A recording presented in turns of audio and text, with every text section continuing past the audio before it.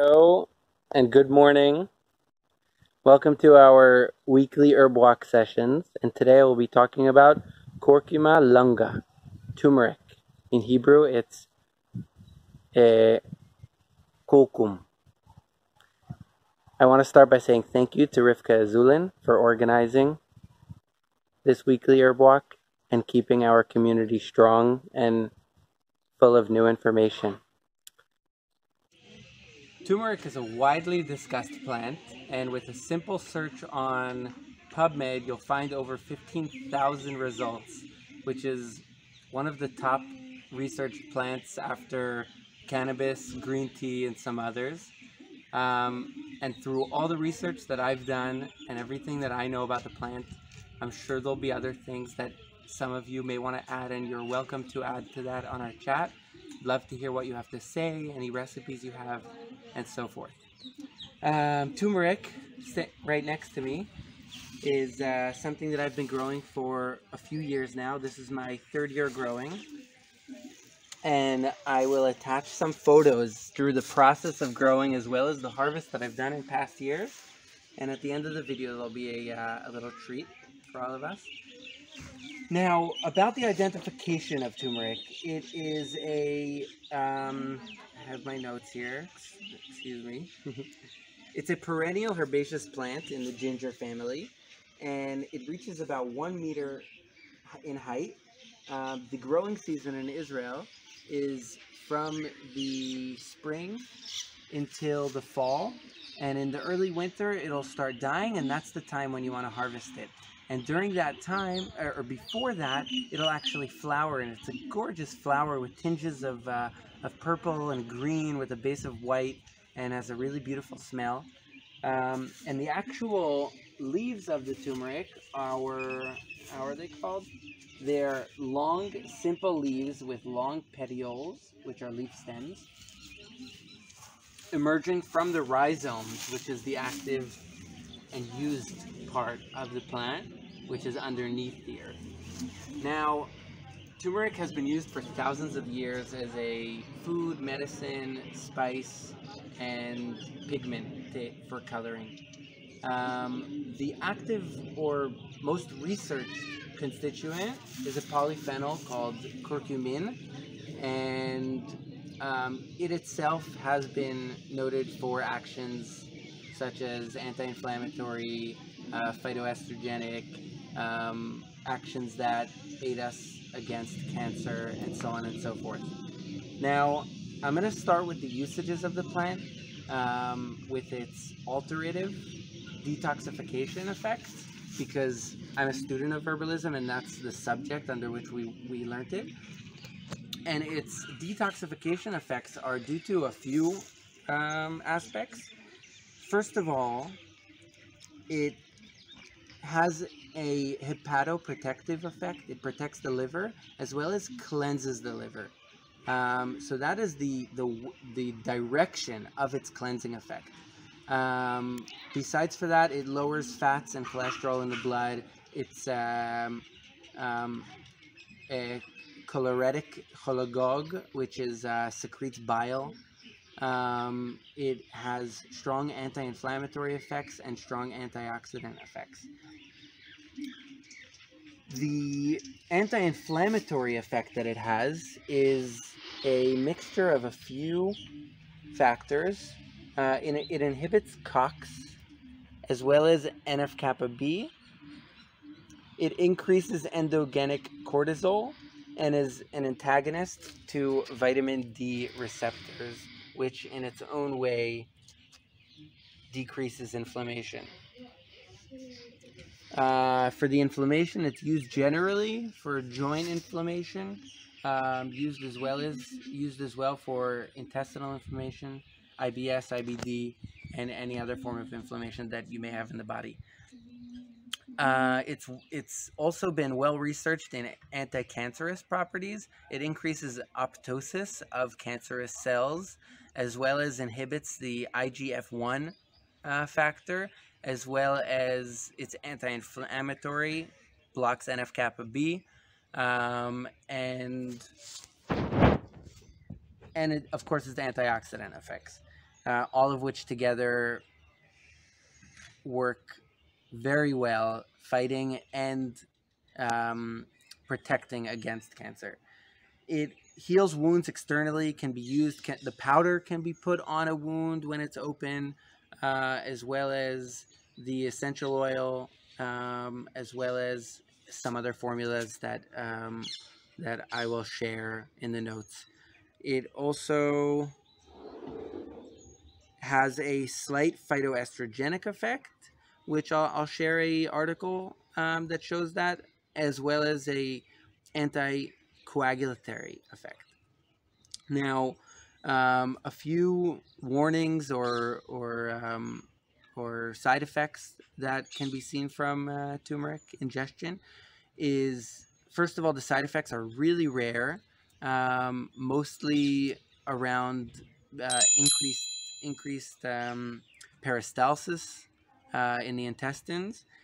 It's slightly phototoxic when used externally, and can have interactions with anticoagulants um, as well as chemotherapy. Now, the interesting thing about chemotherapy is that there are some researches that show that it actually increases the effect of chemotherapy and aids a person who is already taking chemotherapy to fight off their cancer. Although for some chemotherapies, it interacts and blocks its efficiency. Permissible for use in pregnancy, permissible for use in someone who's nursing.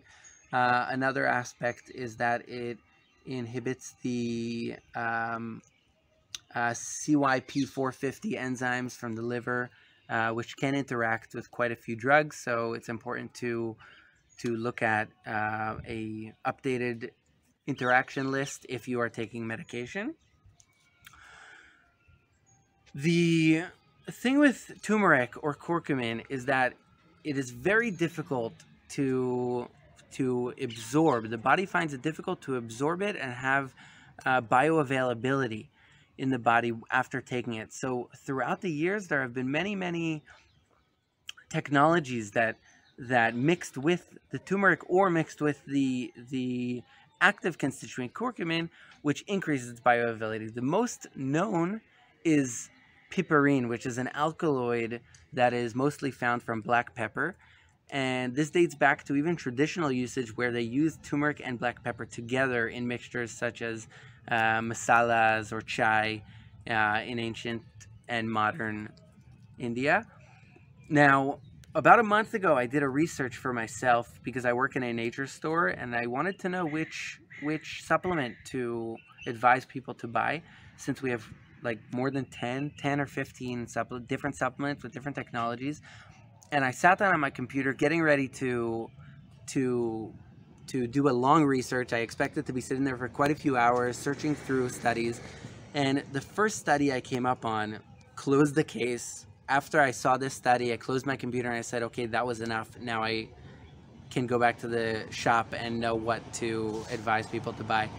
And this study, and I'll share a link to that, was a meta-analysis of 10 or 12 different turmeric supplement technologies that show how much percentage, as opposed to the control, which is just the turmeric extract, how much bioavailability is there for these supplements.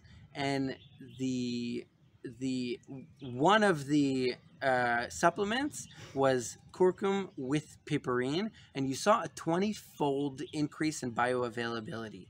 20-fold increase means almost 2,000%. Now, that sounds like a lot, but the supplement that had the most bioavailability was actually an Israeli technology called Novasol, which uses methylation technology, and has a 185-fold increase in bioavailability. That's insane amount. And I'll share a link to this article. You can all look at it. You can all see it and use it for your references when trying to find out more or when buying supplements. According to Chinese medicine, traditional Chinese medicine, the energetics of this plant are bittery, spicy, hotish, and coldish, depending on whether using the fresh or dry aspects of the plant. And it moves the blood and banishes wind. Now, joint and connective tissue inflammation are characterized as wind, and it could be cold or hot wind in Chinese medicine.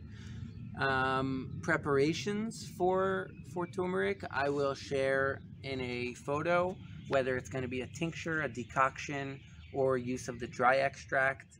And just one last note before I finish is many people who want to use turmeric in their daily regime, they want to just use the turmeric as a powder, as a spice that they have on their counter.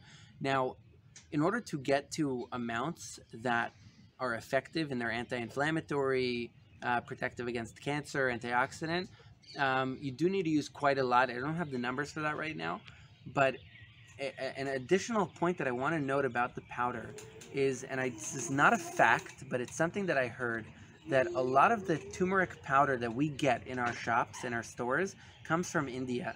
Now, since the supplemental market is so big, and what they do to make supplements is they take an extract of the turmeric, and they extract specifically the curcumin, which to make a standard extract is 97% curcumin, which leaves only 3% of the turmeric powder and all its other constituents that is left. Now, what I heard is that a lot of the turmeric that we actually get in our stores is this turmeric that is the leftover of the extract process that they do in order to make the expensive supplements. So it's always advised, if you really want the effect of the turmeric, to get it either through a supplement or through turmeric that you grow by yourself. And happy harvesting. It was a pleasure.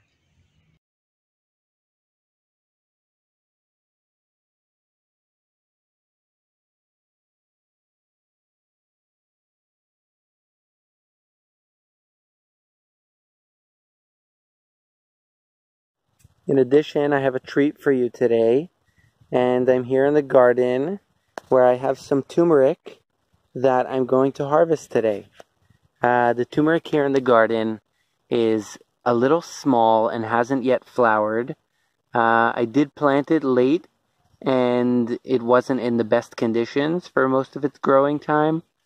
So it's a bit small, and I don't know what to expect, as opposed to the pictures that I already showed, or you'll see after the video, of the large rhizomes.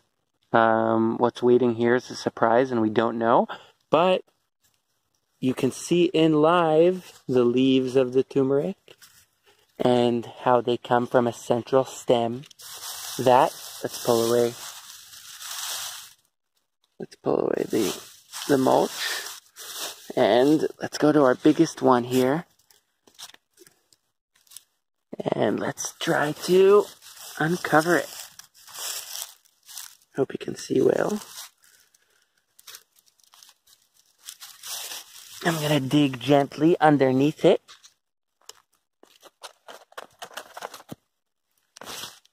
There we go. Hey, buddy.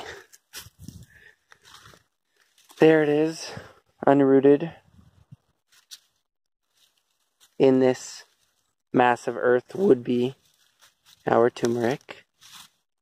And here it is.